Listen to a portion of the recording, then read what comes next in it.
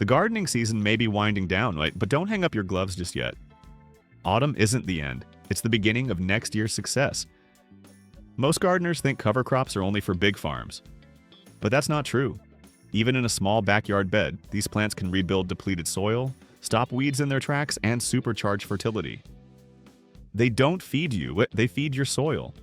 They're nature's repair crew, protecting against erosion, pulling up deep nutrients, fixing nitrogen, and feeding the invisible microbes that make your garden thrive. So today we're diving into 5 powerful fall cover crops that can completely transform your garden from the ground up. Let's dig in. 1. Crimson clover, the heart of the soil. If you can only plant one cover crop this fall, make it winter rye. This plant is the king of cold hardy crops. Strong, steady, and unstoppable. When everything else in your garden is dying off, rye is just getting started. Picture winter rye as your soil's personal guardian. A living green blanket that shields, restores, and feeds the ground all winter long. Whether you're working with raised beds, garden plots, or even compact city soil, rye brings life back to the earth. Why winter rye as a soil? Superstar rye laughs at frost. Freezing nights, icy winds, snow. It shrugs them all off. While most plants shut down in winter, rye keeps working quietly beneath the surface, sending out roots that dig deep, stabilize soil, and pull up nutrients others can't reach. Those roots act like nature's tillers, opening up airways and water channels that make your soil breathe again. These tunnels become homes for earthworms and microbes, the real heroes of soil fertility. Above the ground, rye forms a thick, emerald green mat. This living cover prevents erosion, locks nutrients in place, and blocks weeds, not just by shading them out, but by producing natural weed-suppressing compounds called allelochemicals. It's your garden's organic weed control system, running 24/7, even while you're inside staying warm. The underground magic. The best part of winter rye happens where you can't see it. As its roots grow and die back, they feed the soil food web, a vast community of bacteria, fungi, and microscopic life that transforms minerals into rich plant nutrients. Think of it as composting at the microscopic level. When you finally cut the rye down in spring, the magic doesn't stop. The decaying foliage turns into a thick, moisture-holding mulch that keeps your soil cool and hydrated. The result? Deep, dark, living soil that's bursting with potential. How to plant it? Clear your bed of weeds and leftover crops. Loosen the top couple of inches of soil. No heavy tilling needed.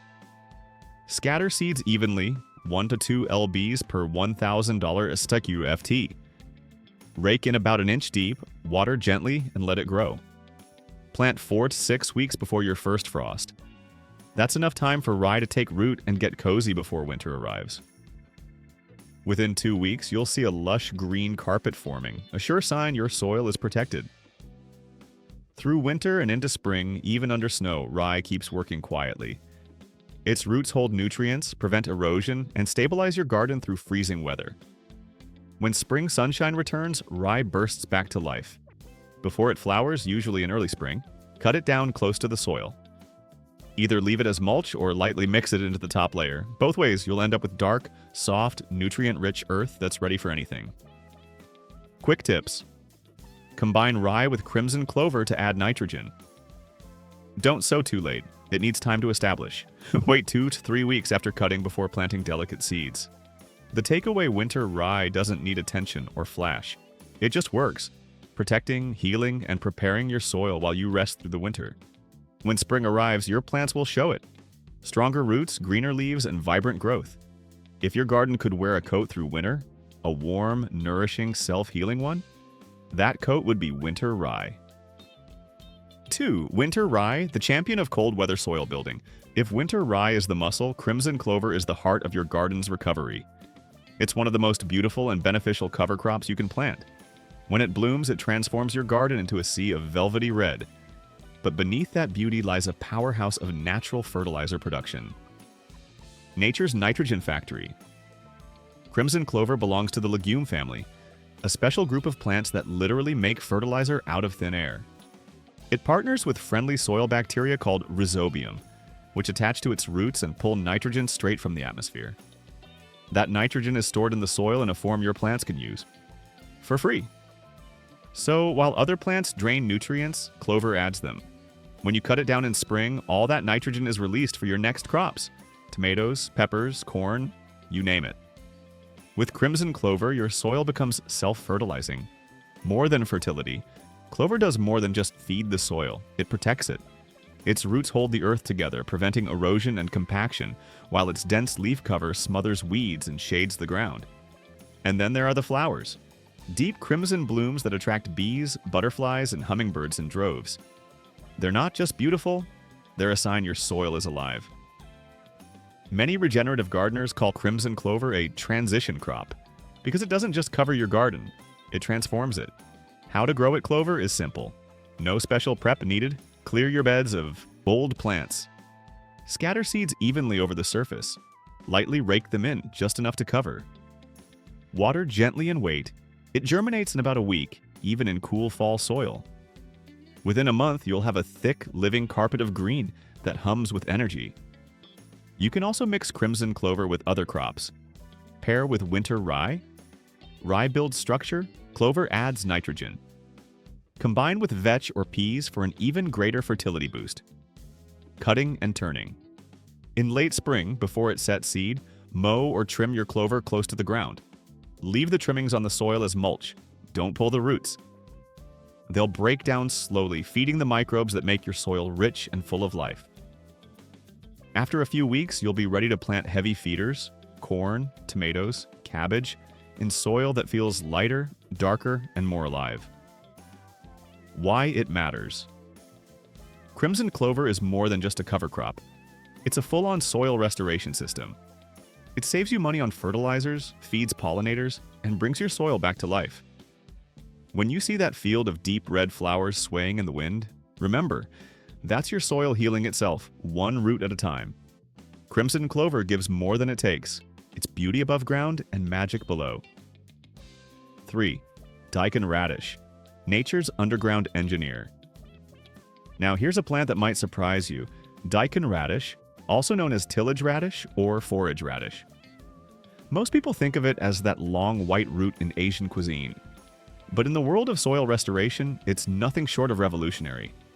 If your garden soil is dense, compacted, or heavy with clay, daikon is your secret weapon. Forget noisy tillers or back-breaking digging. This plant quietly does the hard work for you, naturally and efficiently. The living shovel daikon radish grows a massive taproot that drills deep into the earth, sometimes over 2 feet down. As it pushes through the soil, it breaks up compacted layers, loosens hardpan, and creates an underground network of air channels. Then, when winter frost kills the plant, those roots decompose, leaving behind perfectly shaped tunnels. By spring, your soil is filled with natural aeration pathways, ready for air, water, and roots to move freely again. It's like giving your soil a deep massage, easing tension, restoring flow, and healing the ecosystem beneath your feet. No machines, no noise, no disturbance. Just biology doing the heavy lifting. The nutrient recycler. But daikon doesn't just loosen soil, it rescues nutrients. Its deep-reaching roots pull up nitrogen, calcium, and minerals from the subsoil, elements that usually leach out of reach. Those nutrients get stored in the radish's thick root. When it decomposes, they're released near the surface, right where your spring vegetables can use them. It's a perfect closed-loop system. Nothing lost, everything recycled. Easy to grow, hard to beat. Planting daikon is effortless. Sow seeds in late summer or early fall, about ½ inch deep and a few inches apart. Keep the soil lightly moist, they'll sprout in just a few days. In weeks, you'll see a lush canopy of green while the real work happens below ground. As the weather cools, daikon keeps growing quietly until frost. When the tops die back, the transformation continues underground. Roots break down into rich organic matter, feeding soil microbes all winter long. The payoff: soil reborn. By spring, the difference is undeniable. The once heavy earth now feels soft, crumbly, and full of life. Water drains better, worms return, and your spring crops grow faster and stronger. Those decomposed roots don't just feed the soil, they become it, leaving behind moisture-rich pockets that act like sponges during dry spells. And as a bonus, daikon also suppresses weeds. Its thick canopy shades the soil, preventing unwanted seedlings from taking hold. Why it belongs in every garden. Whether you grow vegetables, flowers, or herbs, daikon deserves a place in your fall garden plan. It's cheap, low maintenance, and gives back more than you invest. Think of it as your soil's renovation crew, breaking compaction, improving structure, recycling nutrients, and sparking microbial life. When spring arrives, you'll dig your hands into dark, soft earth, knowing that while you rested through winter, your daikon roots were hard at work below. Daikon radish isn't just a plant. It's nature's engineer rebuilding the ground one root at a time. 4. Field peas, the gentle giants of soil. Building. Next up, field peas, also called Austrian winter peas, a humble green miracle for gardeners who want to rebuild soil naturally. At first glance, they look delicate, slender vines, curling tendrils, and soft green leaves. But don't be fooled. Beneath that gentle appearance lies one of the most powerful soil healers you can grow.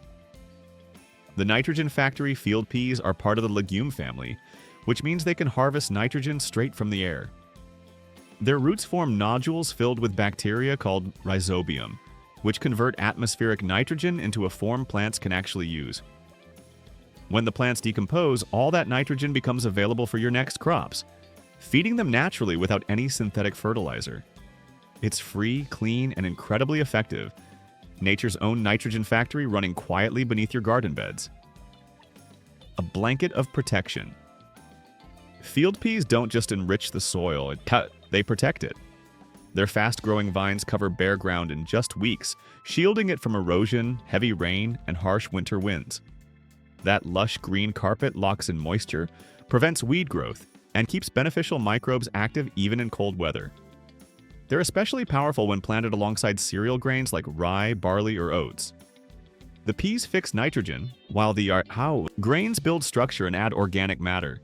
Together, they form a living partnership, a balanced blend that rebuilds soil faster than either could alone. The result? Soil that's darker, softer, and packed with microbial life. What many gardeners call living compost. How to plant field peas are easy to grow. Scatter the seeds evenly or plant them about an inch deep and a few inches apart. Water lightly and wait. In about a week, you'll see soft green shoots begin to climb. Keep the soil just damp enough and they'll quickly spread, covering your garden with life. In mild regions, they'll overwinter and keep growing slowly through the cold months. In colder climates, frost may kill them, but that's not a problem. When they die back, they leave behind a nutrient-rich mulch layer that slowly feeds the soil. The payoff. Come spring, cut or mow the vines before they flower, and let the residue decompose on the surface or mix it gently into the topsoil. Within weeks, the soil will be darker, looser, and full of worms, living proof of regeneration. Field peas can add up to 100 pounds of nitrogen per 1,000 square feet. That's a massive fertility boost for free. Why gardeners love them? They're kind to the soil, gentle on the ecosystem, and astonishingly generous. Field peas don't compete, they cooperate. They build community underground, microbes, worms, and roots all working together. Plant them this fall, and by spring you'll have not just better soil, but a better garden. Greener, healthier, and full of life. Field peas remind us of a simple truth. To grow great plants, first grow great soil. 5. Mustard. The soil's secret weapon. And finally, let's talk about one of the most underrated heroes of the fall garden. Mustard.